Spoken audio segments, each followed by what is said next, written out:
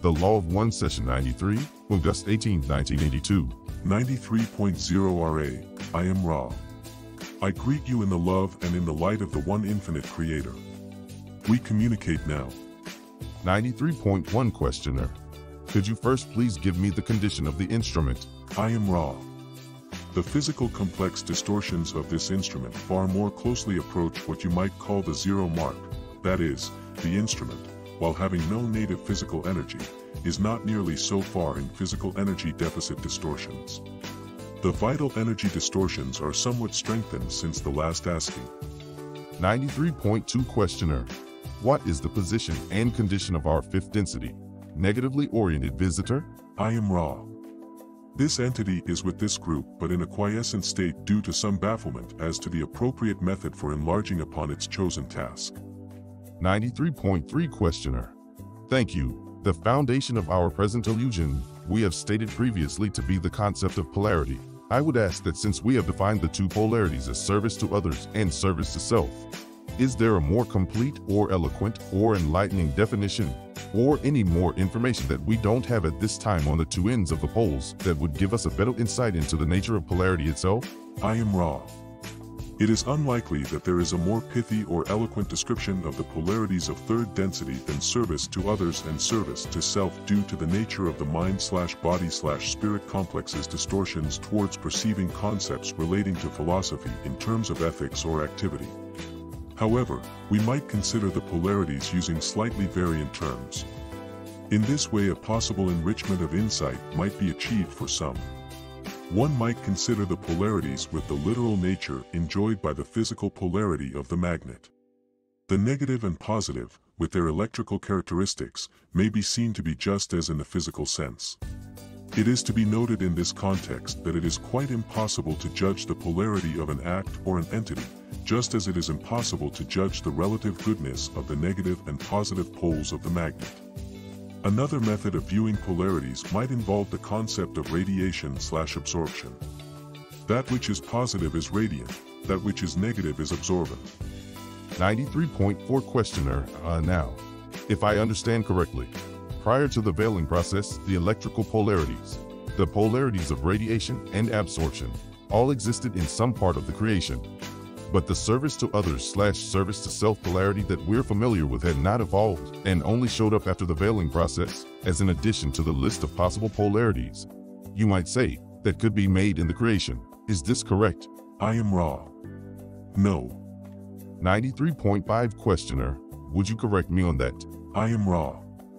The description of polarity as service to self and service to others, from the beginning of our creation, dwelt within the architecture of the primal logos.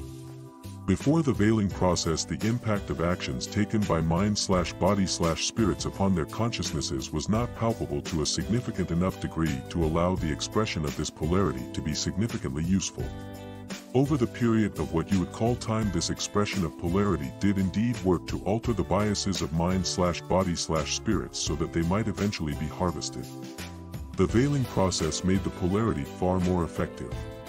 93.6 Questioner. I might make the analogy, then, in that when a polarization in the atmosphere occurs to create thunderstorms, lightning, and much activity, this more vivid experience could be likened to the polarization in consciousness which creates the more vivid experience. Would this be appropriate? I am Ra. There is a shallowness to this analogy in that one entity's attention might be focused upon a storm for the duration of the storm. However, the storm-producing conditions are not constant, whereas the polarizing conditions are constant. Given this disclaimer, we may agree with your analogy. 93.7 Questioner.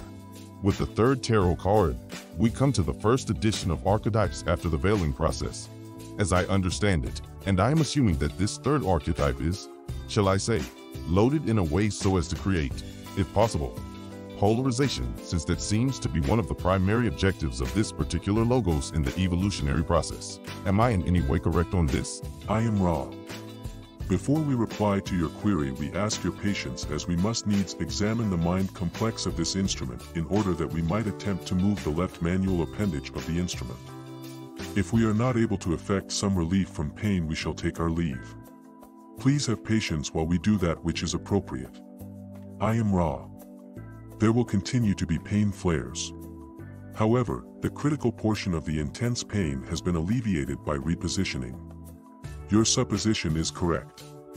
93.8 Questioner. There seems to be no large hint of polarity in this drawing, except for the possible coloration of the many cups in the wheel. Part of them are colored black, and part of the cup is white.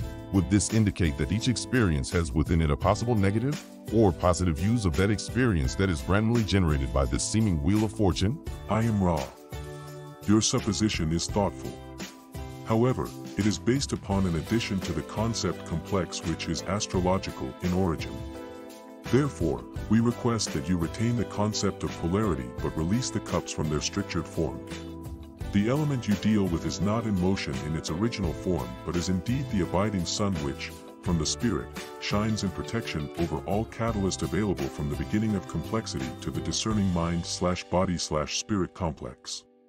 Indeed you may, rather, find polarity expressed, firstly, by the many opportunities offered in the material illusion which is imaged by the not white and not dark square upon which the entity of the image is seated, secondly, upon the position of that seated entity. It does not meet opportunity straight on but glances off to one side or another. In the image you will note a suggestion that the offering of the illusion will often seem to suggest the opportunities lying upon the left-hand path or, as you might refer to it more simply, the service to self path. This is a portion of the nature of the catalyst of the mind. 93.9 Questioner. The feet of the entity seem to be on an unstable platform that is dark to the rear and light to the front. I am guessing that possibly this indicates that the entity standing on this could sway in either direction, toward the left or the right-hand path. Is this in any way correct? I am raw. This is most perceptive.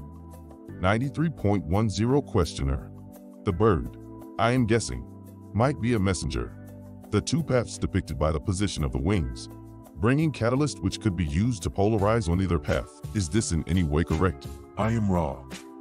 It is a correct perception that the position of the winged creature is significant. The more correct perception of this entity and its significance is the realization that the mind/body/spirit complex is, having made contact with its potentiated self, now beginning its flight towards that great logos which is that which is sought by the adept. Further, the nature of the winged creature is echoed both by the female holding it and the symbol of the female upon which the figure's feet rest. That is, the nature of catalyst is overwhelmingly of an unconsciousness, coming from that which is not of the mind and which has no connection with the intellect, as you call it, which precedes or is concomitant with catalytic action. All uses of catalyst by the mind are those consciously applied to catalyst. Without conscious intent, the use of catalyst is never processed through mentation, ideation, and imagination. 93.11 Questioner.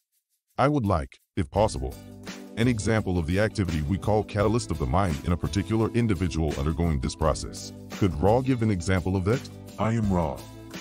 All that assaults your senses is catalyst. We, in speaking to this support group through this instrument, offer catalyst. The configurations of each in the group of body offer catalyst through comfort/discomfort. In fact, all that is unprocessed that has come before the notice of a mind/body/spirit complex is catalyst. 93.12 Questioner. Then presently we receive catalyst of the mind, as we are aware of Ra's communication, and we receive catalyst of the body, as our body senses all of the inputs to the body, as I understand it. But could Ra then describe catalyst of the spirit? And are we at this time receiving that catalyst also? And if not, could Ra give an example of that? I am Ra. Catalyst being processed by the body is catalyst for the body. Catalyst being processed by the mind is catalyst for the mind.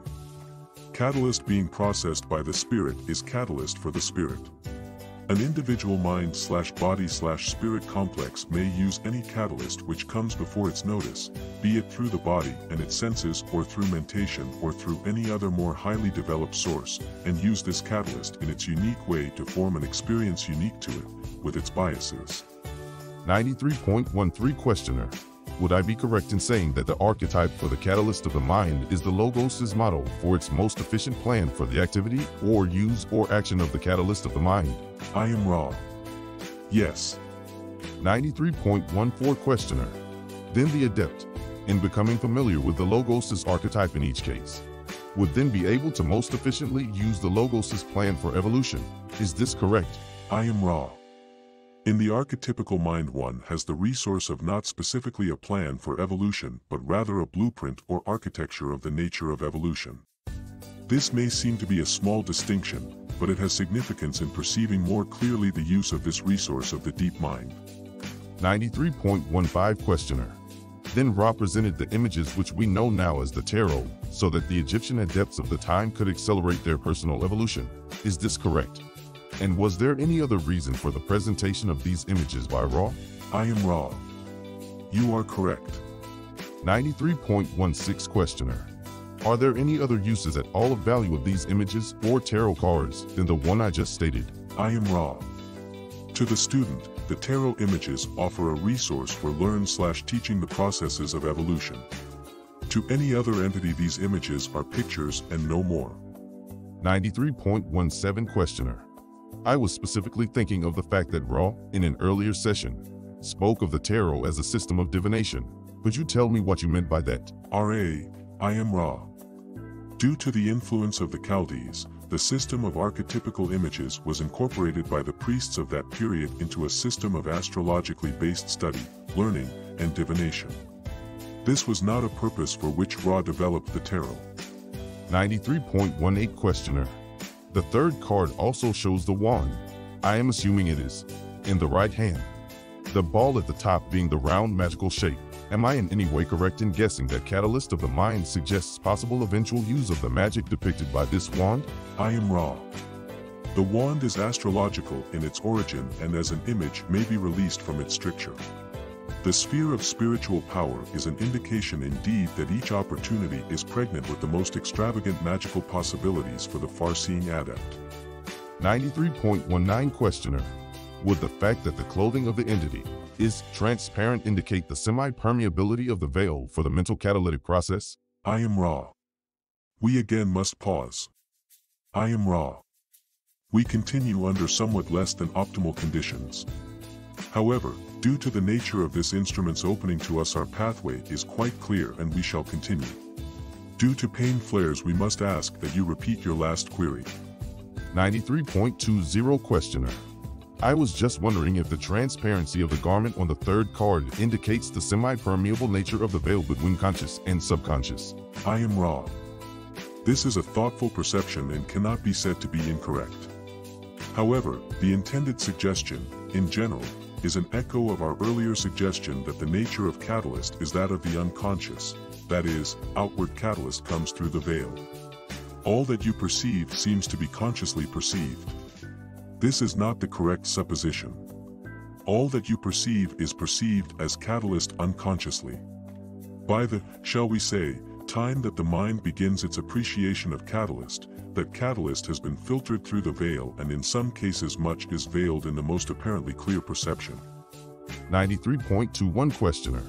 I'm at a loss to know the significance of the serpents that adorn the head of the entity on this shrine. Are they of Ra, and if so, what do they signify? I am Ra. They are cultural in nature. In the culture to which these images were given, the serpent was the symbol of wisdom. Indeed, to the general user of these images, perhaps the most accurate connotation of this portion of the concept complexes might be the realization that the serpent is that which is powerful magically.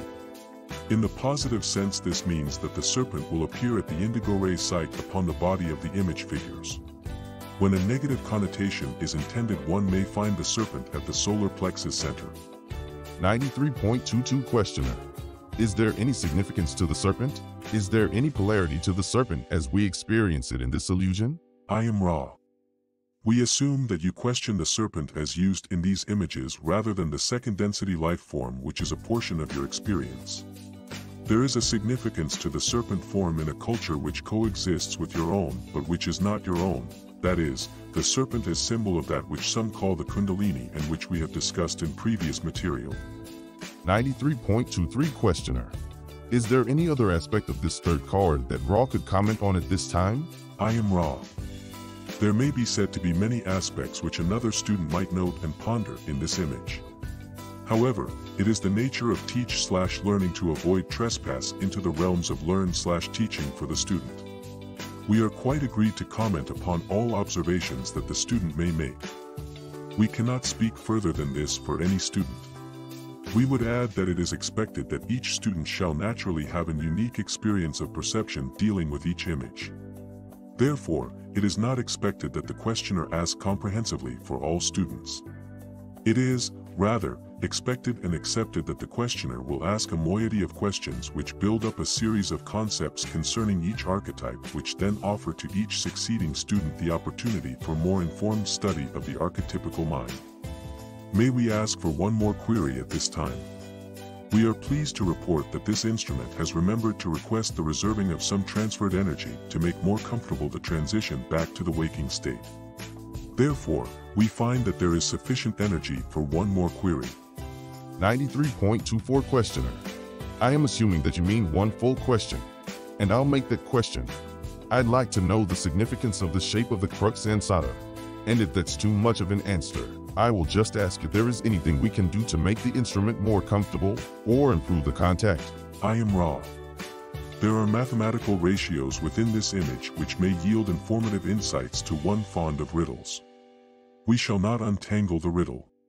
We may indicate that the crux ansata is a part of the concept complexes of the archetypical mind, the circle indicating the magic of the spirit, the cross indicating that nature of manifestation which may only be valued by the losing. Thus the crux ansata is intended to be seen as an image of the eternal in and through manifestation and beyond manifestation through the sacrifice and transformation of that which is manifest. The support group functions well. The swirling waters experienced by the instrument since our previous working have substantially aided the instrument in its lessening of the distortion of pain. All is well. The alignments are well guarded. We leave you, my friends, in the love and the light of the Infinite One. Go forth, therefore, rejoicing in the power and in the peace of the one infinite and glorious Creator. Adonai.